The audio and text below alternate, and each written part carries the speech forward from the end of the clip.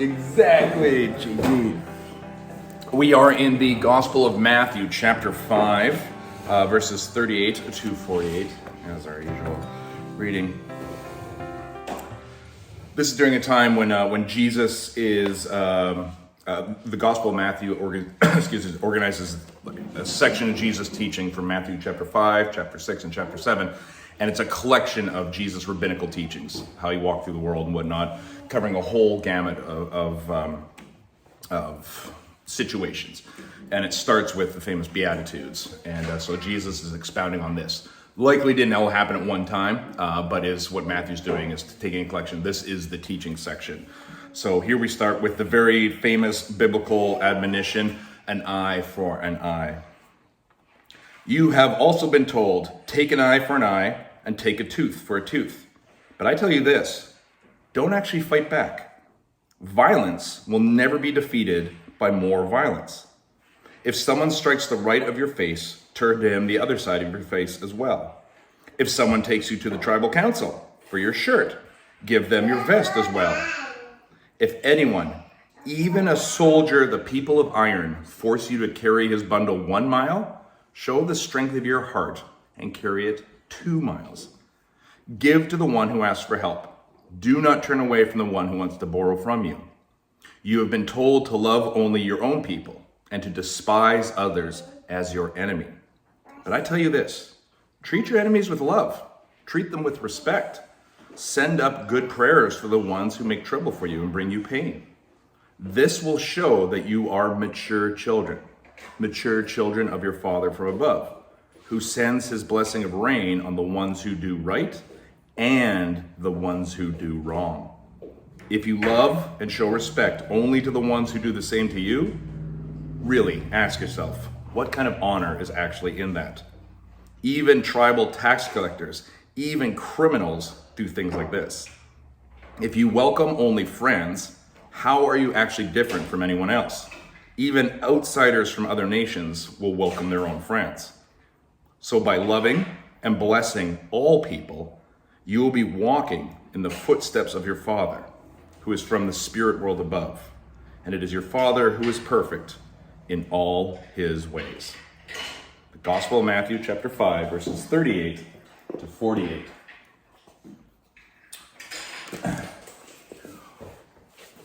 We will come back to this one. So yeah, maybe there'll be the same verses in next week's bulletin too, Darlene, who apparently was shocked and chagrined that I decided to move this week's service to next week, like that's never happened before. Well, you'll be even more prepared for next week. There is, because we want to look at like what it is to live out this thing. So the idea we just want to focus on this morning for this very brief reflection is on this 4-letter word, good. G-O-O-D. It's like God with an extra O.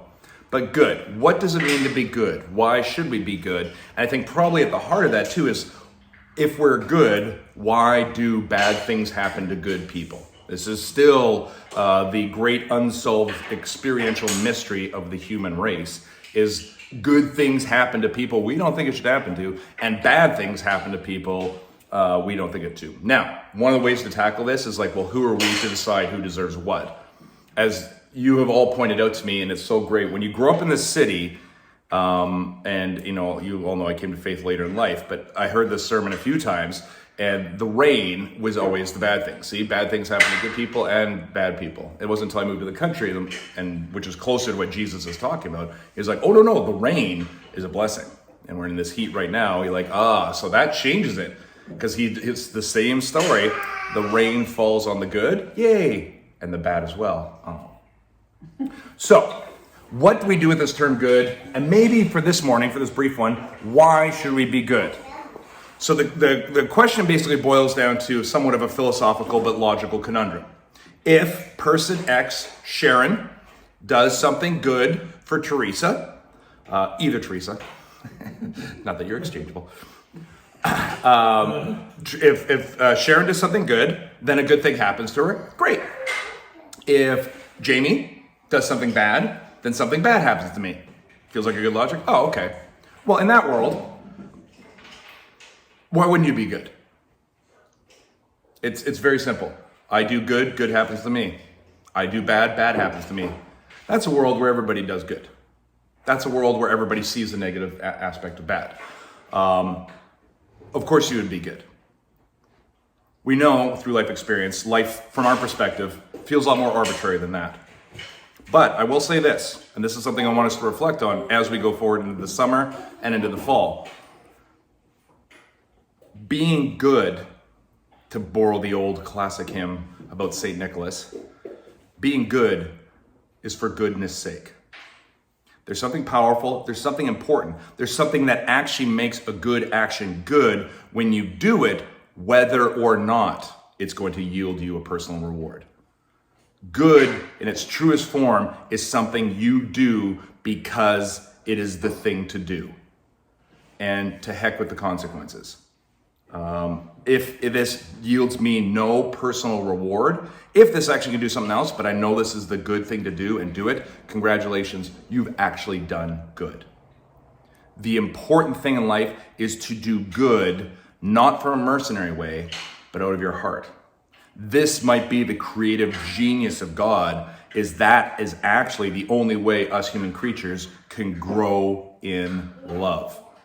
Any other world where good is rewarded with good, you will never know what love is, what self-sacrifice is, because it will always be transactional. It will always be mercenary. It won't actually be character. It won't actually be virtue.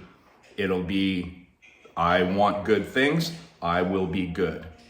In this world, where so much of life is unknown and from our perspective, unpredictable, the fact that we choose self-sacrificing actions is a much deeper character building virtue in that it builds love. So, doing good, whether or not good is going to come back to you, is the heart of God, is closer to true goodness than, and I'm very sympathetic to that, than the other way that people want the world to be constructed. There is a limitation to a world in which good gets you good. There is power and service in a world that we inhabit when we choose good for the sake of it, for the sake of others, not knowing what the consequences will be. That is one of the main messages, what we now call the New Testament, this reflection on how do we walk in our lives in ways that reflect the light and the heart of God. Choosing to do something on behalf of someone else, irrespective of the consequences, irrespective of whether or not they will have a change of heart themselves, is powerful, is exemplified by Christ, and brings us closer to the heart of God. And just in case you think I'm being a little bit too pie in the sky, I will close with this. It's incredibly difficult because some people stink. Amen, amen, and amen. Woo.